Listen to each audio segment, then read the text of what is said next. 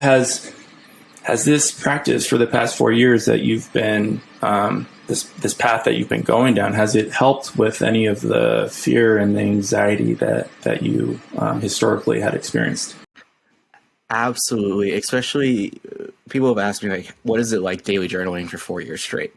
And I tell them it's amazing because you never really understand the length of time until you look at it in the past, right? We don't understand how long a year is. On average, not every journal has over 365 pages. It normally has like 150. So that means that every 2 journals in there is a year, and every single page is a single day. And that for me is incredible. And for me, it's actually more because I double it. I do morning and night. So normally there's like 4 to 5 different journals for a singular year. There's so much that happens in those years. Most people don't like reading books that are over 365 pages long. And that in of itself is saying something. And so for me, I love it because I can see growth. I can go back to a day of heartbreak and look at it 2-3 years in the future and be able to laugh and smile about it and say, like, I've grown so much from there. I'm able to look at the day where I really first dived into my business as an artist and the fear that was written in those pages of, I don't know if this is going to work. And then look at it 4 years in the future and just look at it and say, it did. And for me, that ability is really, really amazing because you're able to remember. I think we live in the past as a anxiety piece. When we think of our past, we think of the things that have hurt us. We think of the things that have where our fears today come from and everything like that.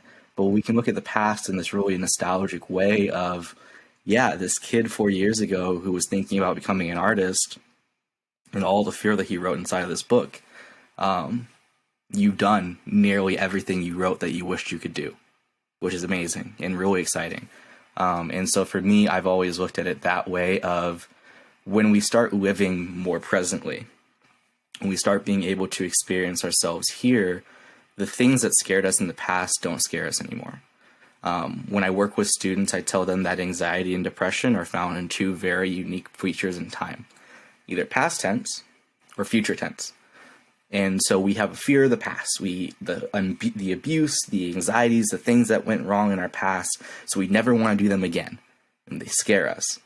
And then the future, we're scared of growing up, we're scared of paying bills, I don't know what I'm doing in my future, I don't know if I'll have a job, all these sort of things, so we're scared of the future.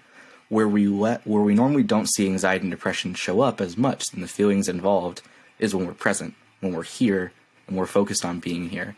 And so for me, my writing and the things that I do and the practices of going on walks and just looking at life is a way for me to not chase the past and not chase the future, but be here presently. And then if I ever want to come back to those days and I ever want to be nostalgic about those starting moments, I have this shelf full of all those moments, which is really cool for me. That's incredible. Everything that you just said, I'm a big believer of. I've personally have been on this. I don't even know if this term is correct, but like a spiritual kind of transformation I would say about 3 years ago. I was probably on the periphery of spirituality for the past 10 years, understood the vague generalities of it, but really kind of had an experience about 3 years ago that made me want to pursue it. Like, it consumed my life for a minute there. And now it's just kind of like a daily practice. I have my certain things that I do. But everything that you speak about, I'm a big believer in. It kind of makes me feel silly, like the past version of myself, how consumed I was with stuff that just really didn't matter. The past and the future stuff, because you just don't have any control over it. The only control you have over is the present moment, and you can choose to either enjoy it or you can choose to torture yourself by thinking about the past or the future. So, I really connect with that.